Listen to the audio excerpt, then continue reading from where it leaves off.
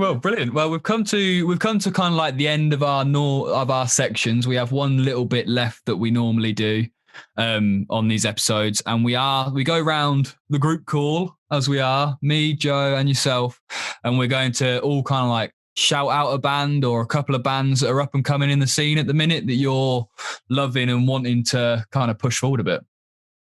Cool.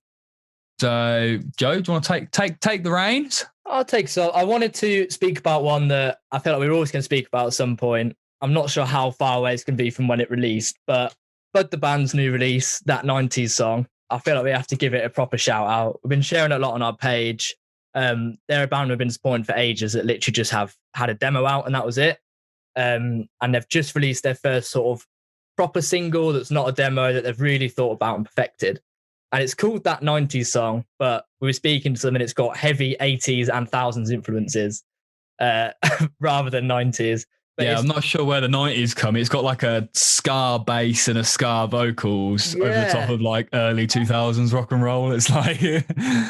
But it's good though. It's a sick track. It's really good. And their demo was very like classic indie rock and it was really good. Yeah. But they've really experimented a few different bits. And I know how worried they've been about perfecting it. And I think they have. Sounds really well produced. They've done a few live videos to go with it and stuff, which is sick. So yeah, That 90s Song by Bud the Band is really sick. I'll check that out. Beautiful. Cool. Abbie, who have you been listening to? Anyone exciting? Yeah, I think I'd probably say I met her in London one time at this shoot. She's called Matilda Mann. I'm really enjoying her music at the moment. She's got such like a soulful voice, like it's so effortless. And she's just a lovely girl. Cool. And, her new EP is really good as that. I think it's called Paper Mache World. So yeah, check that out. Nice. Yeah, I love like those voices at the moment that, you know, they just like take no effort and it just sounds like they're dead close to the mic and it's just kind of like ASMR. Yeah, I know what you mean. Yeah, for her. Yeah. Cool. Well, I'm going to give Lauren Hibberd a shout out quick just because I put her in the playlist this week and I've only recently found her and stumbled across her and fucking hell, she's unbelievable. Yeah. Outrageous. The tracks are so mad. That Boy Bye track is like mental. Yeah, it's such a good track. Such a good track. And then the other one is one from the States, and he's a little bit bigger than what we normally kind of go for, but it's something that I've found recently. And it's like a bit like, you know, Youngblood and what Machine Gun Kelly is releasing nowadays. That almost like it's almost pop punk, like American pop punk, but with a bit of like hip hop influence to it. Yeah. In some respects. And it's very much like that. His newest single is White Line. It's Contradash. I played him on the radio show this week. It won't have been this week when this comes out. It would have been ages ago and this comes out. But about 7 weeks ago. I played him on the radio show ages ago. And he's got some really good feedback from some of the people at the station. And it's like this rock and roll, almost Little Peep sort of vibe to it. And that's really, really sick. And he's Contradash, White Lie is his most recent single. And it's the belter. Yeah, I'll check that out. I love Lil Peep. Oh, Lil Peep. I'll tell you what, when he died, I was like, because I listened to that album and then he died and then the part 2 came out, the Something When You're Sober, the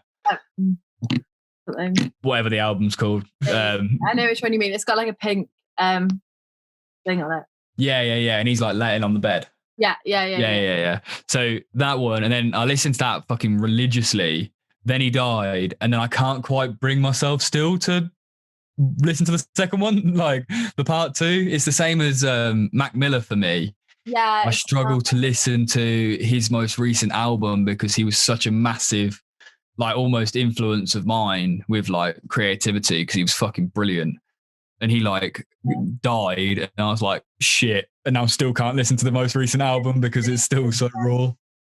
Those 2 hours is like, oh my God, like what an absolute tragedy. Like, it's. Have you listened to Star Shopping by Lil Peep? That's such a tune. Yeah, I'd say Lil Peep is something that is.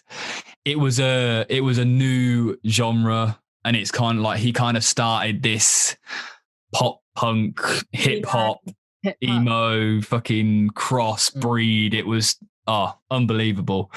It was so good. And I kind of found myself listening to it and like singing all the words to it. But then when you actually start thinking about the words you're singing, you're like, ooh, it's harder, doesn't it? Yeah, this has got a much deeper meaning than just like enjoying yourself singing along with the windows down, isn't it? Xannies and everything. Yeah, that's crazy though. The whole like Xanax shit and like that both Mac Miller and Lil Peep both overdosing on like laced stuff is fucking awful. It's like, I don't think it's like that big in England, is it? Like, I think it's definitely an American. Yeah, I know some people that take Xanny, like it's but like not as much as like anything else. I feel like Xanax is one of them drugs that's like it's not because it's not prescribed here. I don't think as freely as it is over there. I feel like everyone's on fucking Xanax in America. Yeah, it's like a brand.